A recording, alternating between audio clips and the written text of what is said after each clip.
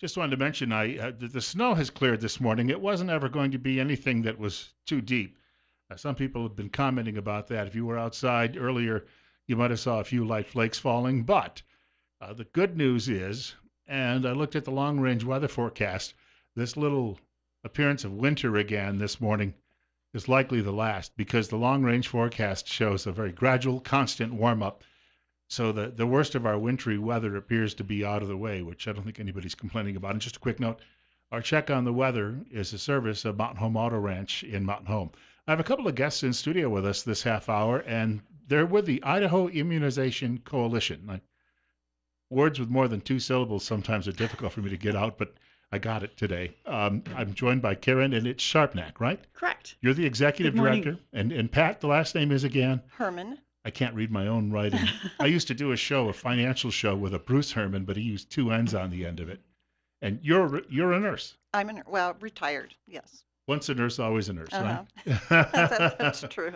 We're talking a little bit about immunizations today, and those of us who've raised children obviously have a pretty good idea of some of the discussion. But we're talking about people, I suppose, of all ages, and right off the top, for people who are listening today, what are some of the history of this? Of course, goes back probably to people making some accidental discoveries about cowpox and things like that, uh, and we've just been developing this technology for the last several hundred years, right?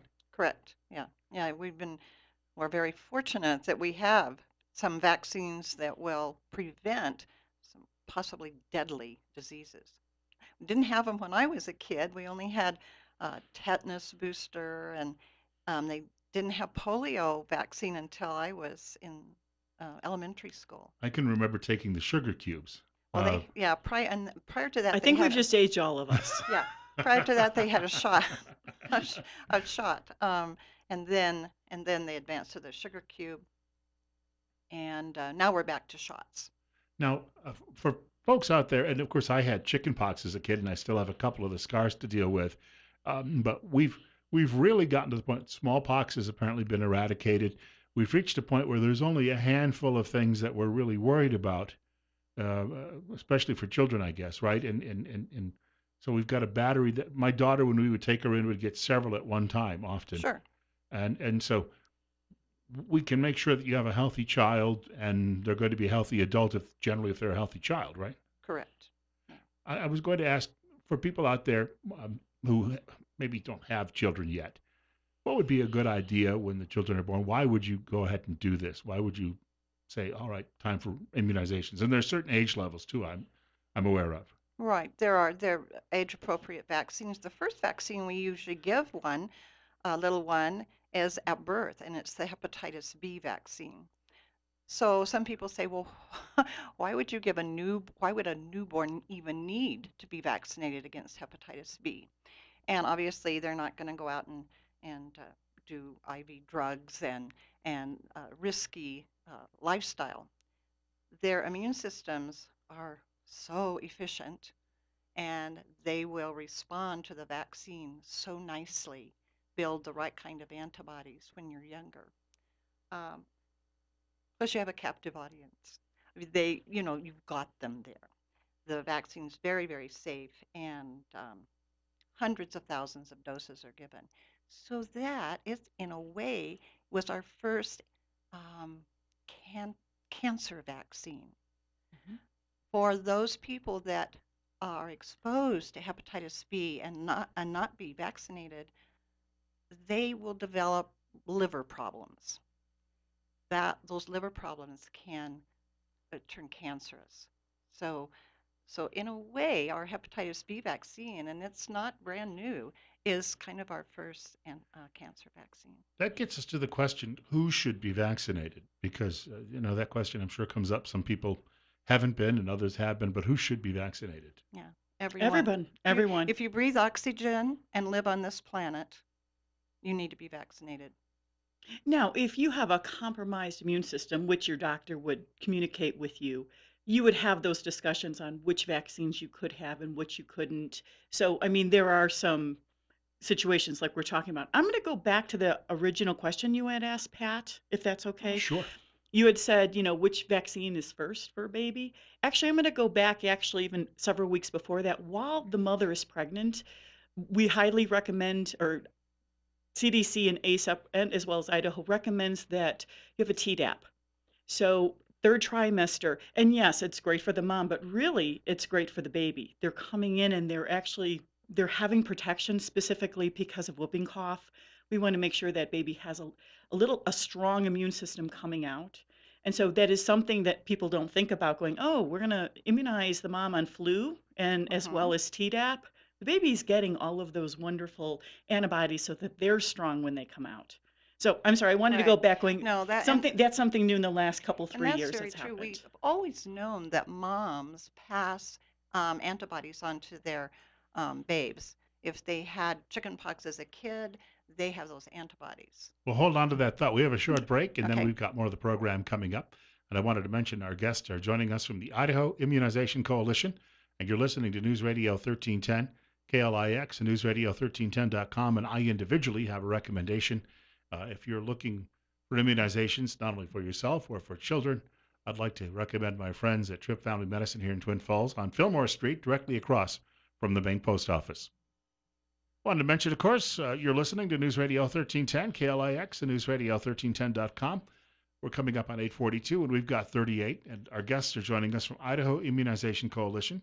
Uh, Karen, of course, is the executive director, and Pat is, she said retired nurse, but see, this is a little like saying when you meet somebody who was in the Marine Corps, they're Yeah, never an ex-Marine, right? that's They're true. always, That's true.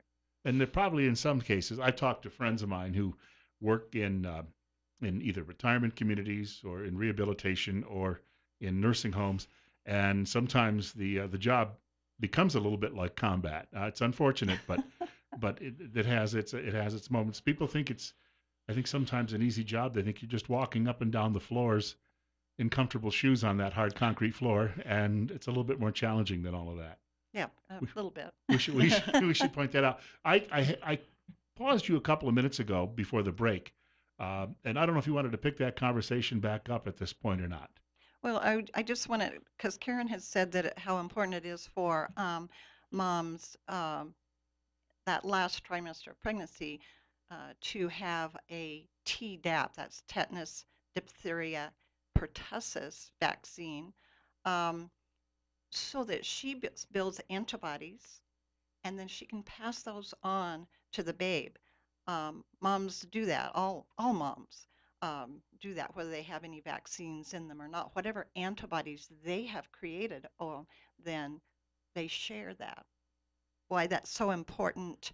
Um, that first colostrum, that baby's getting a lot of the type of nutrients they need at that time, but they're also getting from mom some possibly life-saving vaccines. Now, they're a passive antibody, so they're not going to be with babe for more than a year.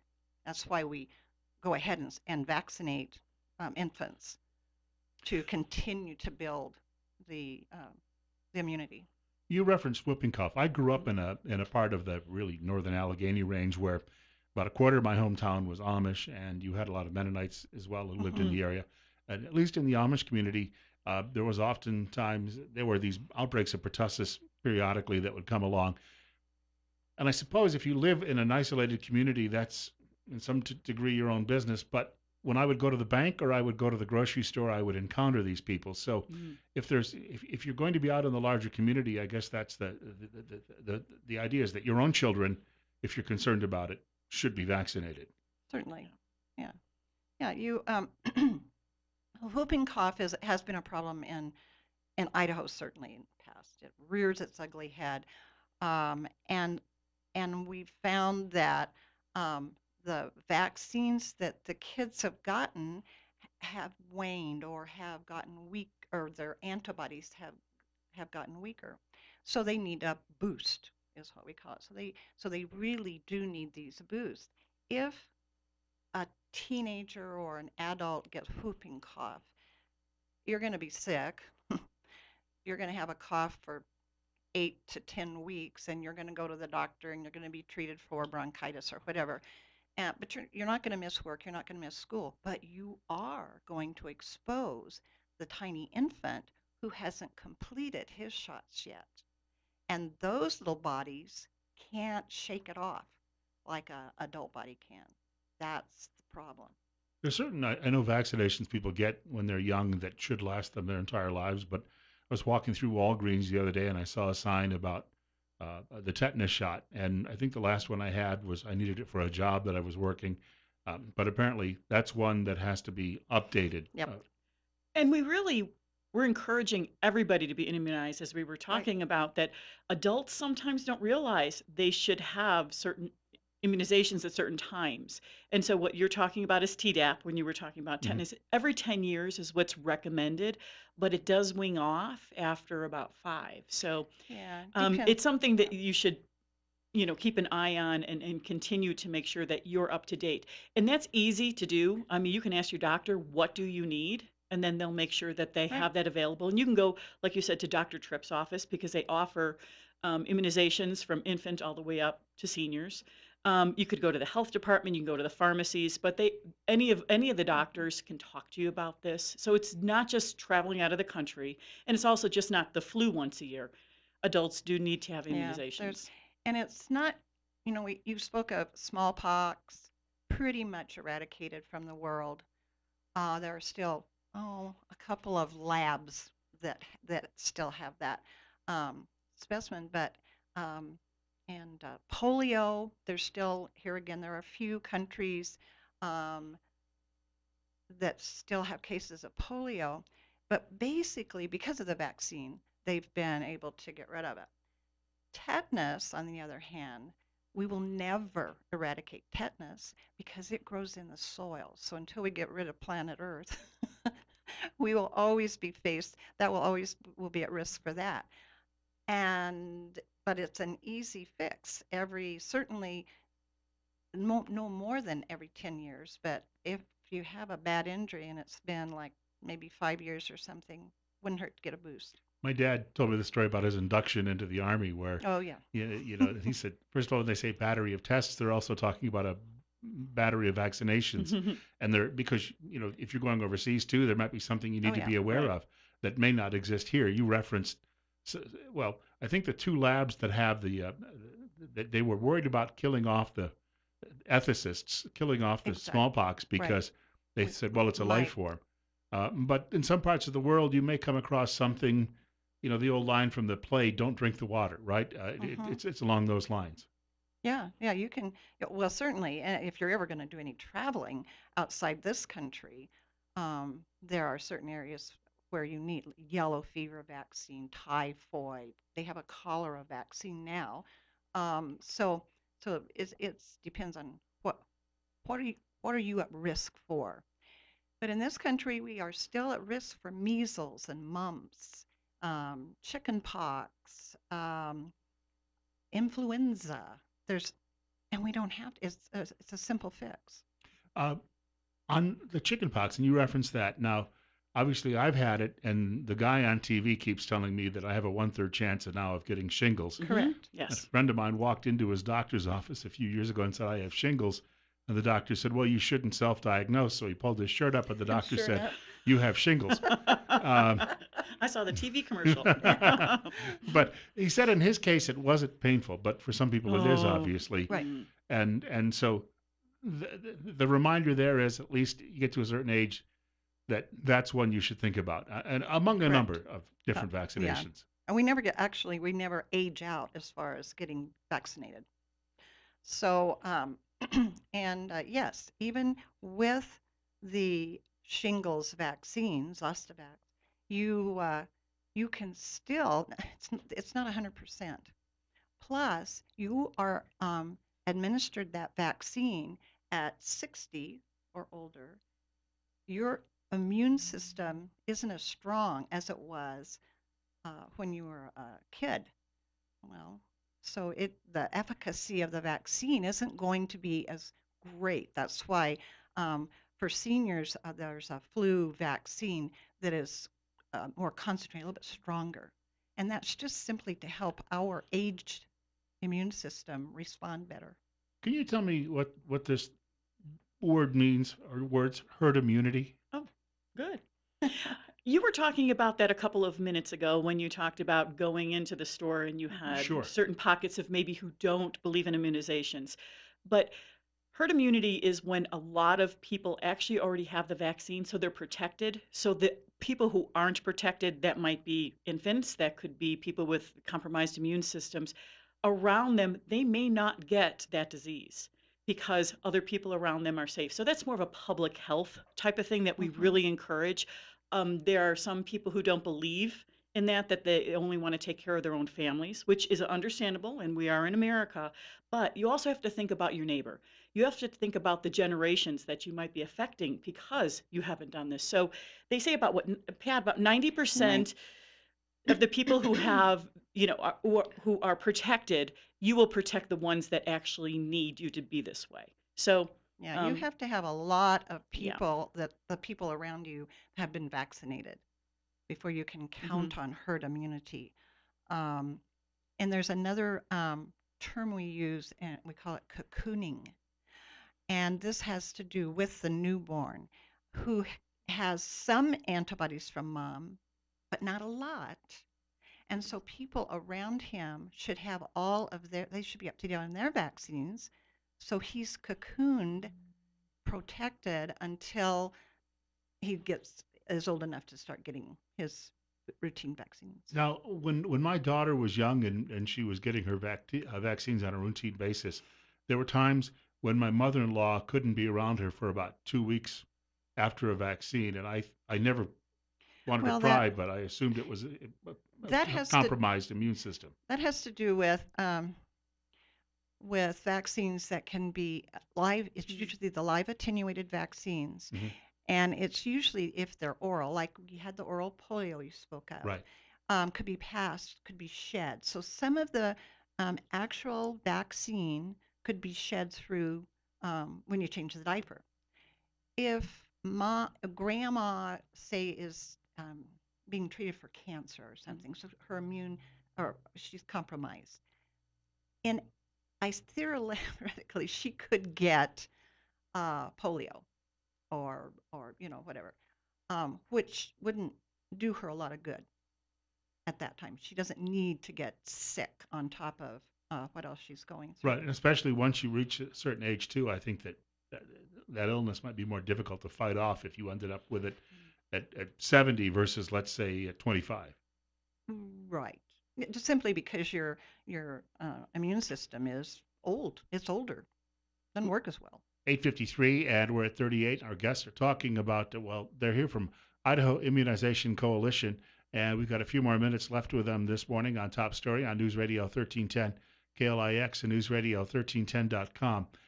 The the folks who, and we've talked a little bit about polio for a good example. As I understand it, there are still some people living on the old iron lungs. Not many, but that was the price we paid for that Mm. era, and that they may be very old now, but we're still taking care of them. And that's, I think, the people who might have be a little reticent about this, if they could see someone in that condition, might realize you don't want to spend 50, 60, 70 years of your life that way. Right. Yeah, that was horrible.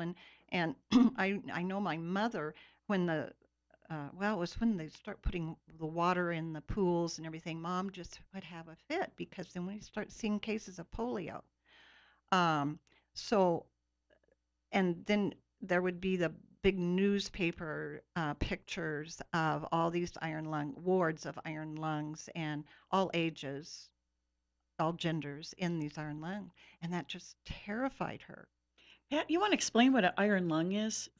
Because it is something, unless you've seen it, and Right. Pat and I have seen it, Yeah, and we actually, the local coalition in Canyon area actually works with the Kiwanis, and we actually have the Iron Lung go around to the schools, along to the events. We actually show what this looks like, and we can put people in it so they can actually it's feel this yeah. is what you would do 24 hours a day, 7 days a week, years and years and years, Hmm. hoping the electricity always works, and if not, there's a pump. There's a pump, a hand Um, pump. but you're living in a box, basically. Yeah. It's a very small box, and you really can't move Mhm. around.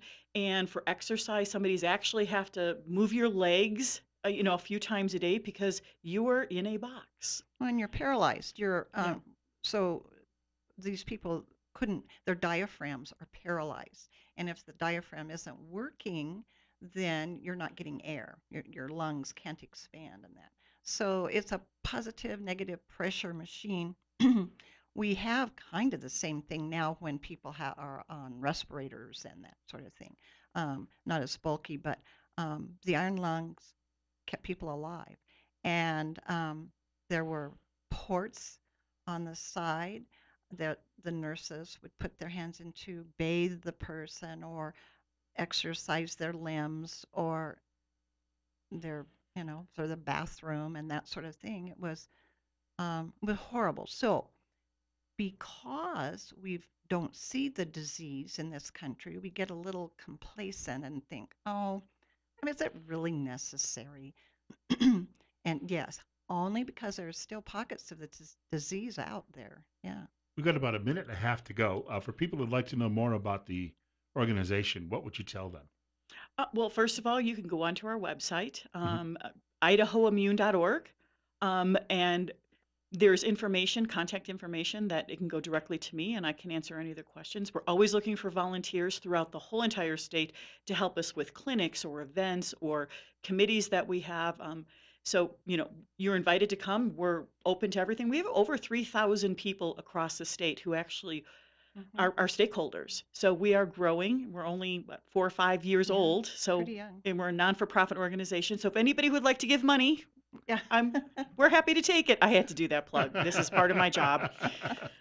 And Thank you. I was going to say for people out there who have questions too as well, and I'm sure they come up Absolutely. Certainly. Certainly. about certain, and we've only got about 30 seconds to go, but people will often ask, is it dangerous? Mm. And I guess that's the most frequent question you might get. Right. And the wild disease, the disease you're preventing, is far more dangerous Mhm. than the vaccine that is made to prevent that disease. Yeah. Well, I want to thank you both for coming by again, and got about just a couple of seconds. Mm. Repeat that web address because Sure. I know when I'm listening to the Oh, radio or whatever, I'm fumbling to get that pen or pencil in my hand. Sure. Um, www.idahoimmune.org. We'd like to thank both Karen and Pat thank Thank you. you. Thanks for for your time. having us. We've got a Appreciate short it. break, and 9 o'clock news is on the way in just a couple of minutes as well, and one more hour of top story, too. We're going to try, I mentioned it the last couple of days, I've got a story I've been sitting on for a few days about the price of gasoline and how we may be looking at a period, call it a Pax oil, where for decades to come, we could not see many major fluctuations in price. More of those details on the way on News Radio 1310 KLIX and newsradio1310.com.